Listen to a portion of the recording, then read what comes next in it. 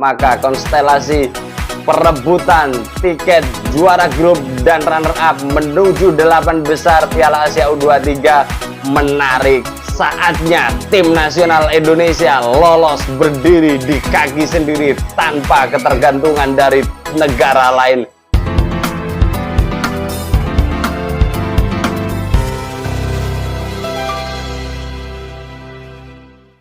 Perebutan tiket 8 besar pada kejuaraan Piala Asia U23 ini makin seru, makin menarik untuk kita nantikan pada pertandingan ketiga nanti. Setelah pada pertandingan kedua, tim nasional Indonesia berhasil memetik kemenangan dengan skor 1-0 melawan Australia U23. Di sisi lain, pada pertandingan lain, tim tuan rumah, tim nasional Qatar U23 berhasil mengkandaskan perlawanan dari Jordania U23 dengan skor 2-1. Melihat hasil pertandingan ini, maka konstelasi perebutan tiket juara grup dan runner-up menuju 8 besar Piala Asia U23 menarik untuk kita bahas. Siapa saja yang punya potensi lolos pada 8 besar di grup ini? Yang kedua adalah bagaimana peluang tim nasional Indonesia untuk bisa lolos 8 besar. Melihat konstelasi di grup 2 ini, maka sebenarnya semua tim masih punya peluang lolos, ya, terutama perebutan di runner-up juara kedua. Kita akan lihat satu persatu. Dari sisi Qatar, jelas satu tiket dikantongi Qatar lolos 8 besar setelah dalam 2 laga pertandingan dua-duanya berhasil dimenangkan dan mendapatkan poin 6. Terus kemudian kalau kita lihat Australia punya peluang yang sangat tipis, ya, karena ya 2 pertandingan, 1 kali seri dan 1 kali kalah. Jika tim nasional Australia U23 berhasil memenangkan pertandingan melawan tim Qatar pada pertandingan ketiga nanti, jadi poinnya 4, ya. Nah, di sini akan bergantung pada pertandingan antara tim nasional Indonesia melawan tim nasional Jordania. Diasumsikan bahwa tim nasional Indonesia kalah dari Jordania sehingga Jordania juga poinnya 4. Antara Australia dengan Jordania sama-sama mendapatkan poin 4, maka yang diberlakukan adalah selisih gol, karena pasal pertama atau poin pertama pada aturan regulasi AFC, jika sama-sama mendapatkan poin yang sama, maka yang diperhitungkan head to head. Padahal pada pertandingan antara Australia melawan Jordania kemarin hasilnya adalah seri 1-1, sehingga yang digunakan nanti adalah selisih gol. Terus kemudian jika selisih gol masih sama, berikutnya adalah produktivitas gol. Dan kalau kita melihat itu, maka ya peluang Australia untuk lolos sangat kecil karena bergantung dengan pertandingan yang lain. Begitu juga Jordania. Jordania 2 kali pertandingan, 1 kali kalah, 1 kali seri. Pertandingan terakhir melawan tim nasional Indonesia, dan di situ jika tim nasional Indonesia kalah, maka nasibnya sama dengan Australia. Ada potensi lolos menjadi runner-up dengan catatan produktivitas gol atau selisihnya gol akan lebih baik, atau produktivitas gol akan menjadi pertimbangan untuk perebutan tiket lolos sebagai runner-up. Jadi lebih amannya kalau Jordania menginginkan lolos, maka ya kemenangan dengan Indonesia golnya harus banyak. Begitu juga dengan Australia.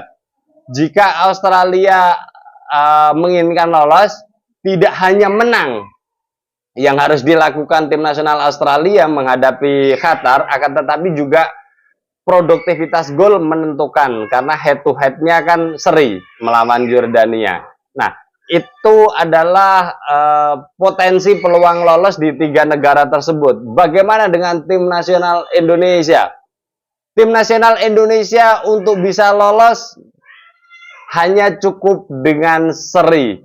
Saatnya tim nasional Indonesia lolos berdiri di kaki sendiri tanpa ketergantungan dari negara lain seperti pada Piala Asia Senior kemarin. Dan ini yang menjadi menarik, pembuktian harus dilakukan ya.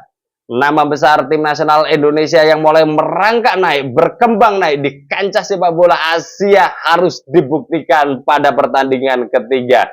Jika tim nasional Indonesia ingin lolos 8 besar, maka kemenangan menjadi bukti nyata bahwa tim nasional Indonesia masih punya nyawa di kejuaraan Piala Asia U23 ini.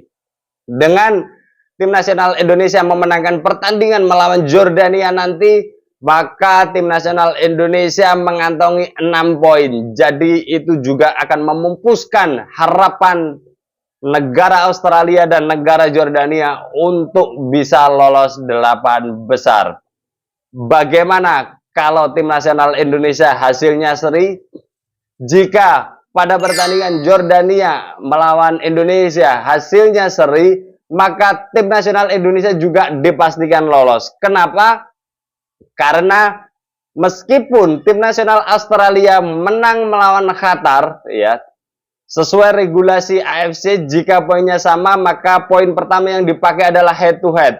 Dan Indonesia secara head to head melawan Australia jelas dimenangkan karena Indonesia berhasil memetik kemenangan saat pertandingan melawan Australia. Nah, di sisi lain, jika Indonesia seri melawan Jordania, maka poin tim nasional Indonesia adalah 4, ya, dan Jordania poinnya 2. Hasil dari 3 pertandingan, 1 kali kalah, 2 kali seri. Dengan demikian, klasmen sementara yang nanti akan tersaji adalah di luar dari Qatar akan mendapatkan poin berapapun, dan yang pasti Qatar sudah lolos, maka tim nasional Indonesia kalau seri poinnya 4, ya. Terus kemudian ada potensi Australia poinnya 4, tapi tetap saja yang lolos tim nasional Indonesia. Terus kemudian Jordania poinnya 2 jika seri. Akan tetapi jika tim nasional Indonesia berhasil memenangkan pertandingan melawan Jordania, ini akan mendapatkan poin sempurna. 6 poin didapat dengan 2 kemenangan, ya. Dan inilah pembuktian nyata bagi tim nasional Indonesia. Dan yang menjadi menarik adalah bagaimana langkah Sintayong dalam menerapkan strategi taktik, ya.